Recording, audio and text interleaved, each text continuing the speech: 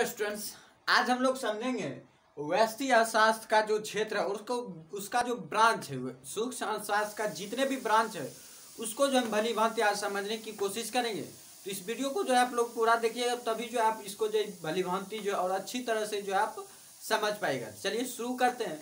तो इसमें जो कहा जा रहा है कि सूक्ष्म अर्थशास्त्र का 6 दूसरी शाखा है और उसकी शाखाएं।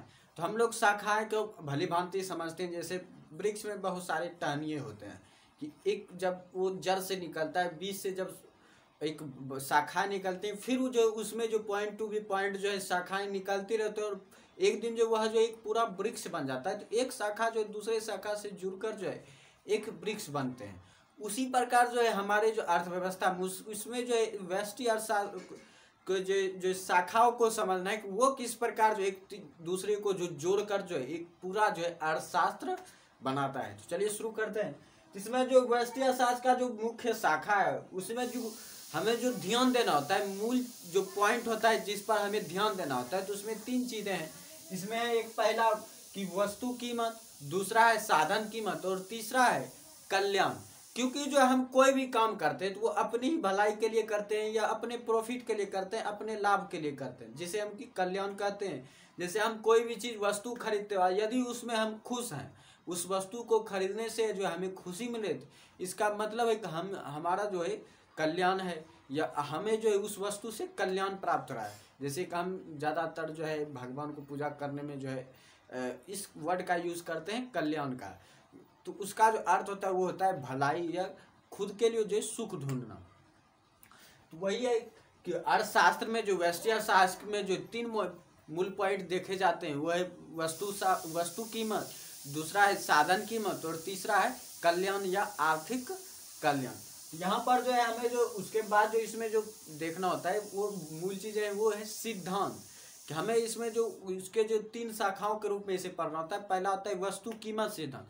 आखिर जो है हम कोई भी वस्तु को जो है जैसे कि हम कोई वस्तु बेचना चाहते हैं तो उस पर जो है हम अपने मनचाहे अनुसार जो है हम जो उस पर जो है कीमत नहीं रख सकते। हम मनचाहे अनुसार जो वस्तु की कीमत नहीं रख सकते और न ही जो है हम जो है साधन की कोई वस्तु को लाने का जो साधन है हमारे पास उस पर जो है हम भी जो अगर कोई जो वस्तु हमें भेज रहा है, मान लीजिए हमें एक छोटी सी दुकान है और हम होलसेलर से जो कोई वस्तु खरीद कर ला रहे हैं साधन लगाकर, तो हम भी जो नहीं देना मन, अगर कोई होलसेल वाला जो है हमसे मनचाहा जो रुपया मांगेगा तो हम भी नहीं देना चाहेंगे। हम भी जो मनचाहा जो उसे रुपया देना नहीं देना चाहेंगे। तो हम भी जो एक सूत्रबद्ध रूप में जो है उसे रुपये देना चाहेंगे या साधन का जो कीमत खर्च करना चाहेंगे। इसलिए जो है साधन कीमत सिद्धांत को भी समझना अति आवश्यक होता है हमारे व्यापार के लिए या हमारे कल्याण के लिए।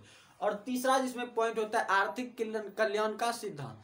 कि मान लीजिए हमारे पास 100 रुपये और सारे 100 रुपये जो हम एक ही वस्तु पर अगर खर्च कर देते हैं तो दूसरे वस्तु का यदि हमें आवश्यकता पड़ेगी उसी कुछ क्षण बाद तो हम उसे नहीं खरीद पाएंगे। इसलिए जो हमें जो थोड़े थोड़े करके जो सारे वस्तु पर जो उस पैसे को खर्च करने में तभी जाकर जो हमें सुख मिलेगा, हमें हमारा जो आर्थिक कल्याण प्राप्त होगा। इसलिए जो हमें आर्थिक कल्याण के सिद्धांत को भी जो समझना बहुत आवश्यक हो जाता है कि जो आर्थिक कल्याण के सिद्धांत को जो है हमें समझना आवश्यक हो जाता है कि आखिर किस प्रकार जो है हम जो है किसी वस्तु पर जो आर्थिक अर्थ को जो है हम खर्च करेंगे, किस प्रकार जो अर्थ के बंटवारा करेंगे कि हमें जो ज़्यादा से ज़्यादा जो कल्याण प्राप्त हो, ज़्यादा से ज़्यादा जो है हमें संतुष्टि प्राप्त हो।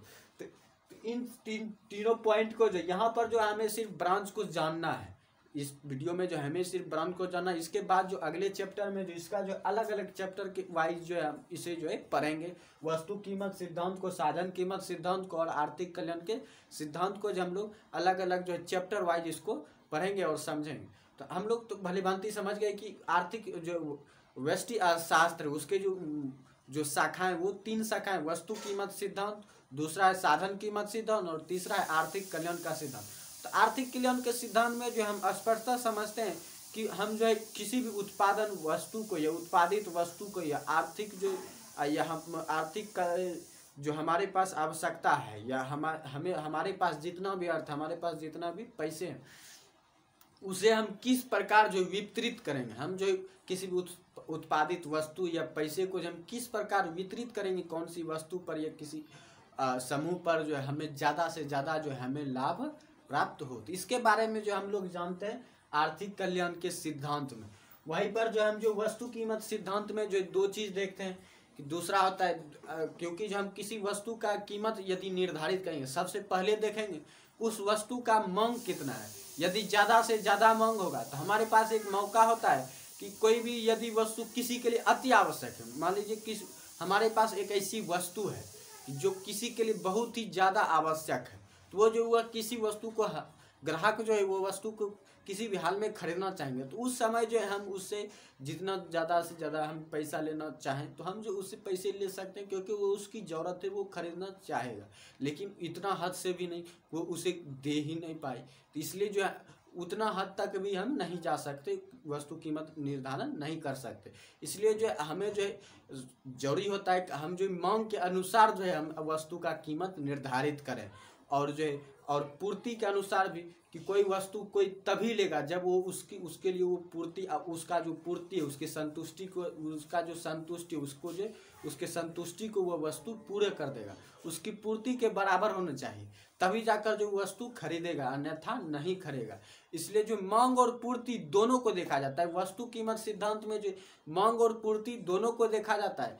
तो इसलिए जो यहाँ पर जो हमें मांग के सिद्धांत को भी समझना होता है, वस्तु कीमत सिद्धांत में जो हमें मांग का सिद्धांत भी समझना होता है और दूसरा लागत और उत्पादन का सिद्धांत भी समझना होता है जिसे हम पूर्ति का सिद्धांत भी कहते हैं, क्योंकि पूर्ति में ही जो लागत और उत्पादन होता है, क्योंकि जो हम पूर्ति के अनुसार ही उत्पादन करते हैं और पूर्ति के अनुसार जो हम कोई वस्तु पर कोई अर्थ खर्च करते हैं और जितनी भी मात्रा में करते हैं तो उसको जो हम इसी टॉपिक में पढ़ेंगे या इसी ब्रांच में पढ़ेंगे, वस्तु कीमत सिद्धांत में। उसके बाद जो हम साधन कीमत सिद्धांत में पढ़ते हैं, जैसे हम कोई फसल उगाना चाहते हैं तो उसके लिए हमें बहुत सारी मजदूरों की आवश्यकता होगी, फसल काटने के लिए, फसल बोने के लिए, तो उसके लिए मजदूरी देनी पड़ेगी। तो इसलिए मजदूरी जो है साधन कीमत सिद्धांत में तो सबसे पहला मजदूरी हमें देखनी होगी। उसके बाद लगान कि हम जो कोई वस्तु जो किसी से कर्ज लेते हैं तो उसमें जो है हमें लगान देना होता है, कर जैसे सरकार को भी जो हम किसी वस्तु को खर्च करने के लिए टैक्स चुकाते हैं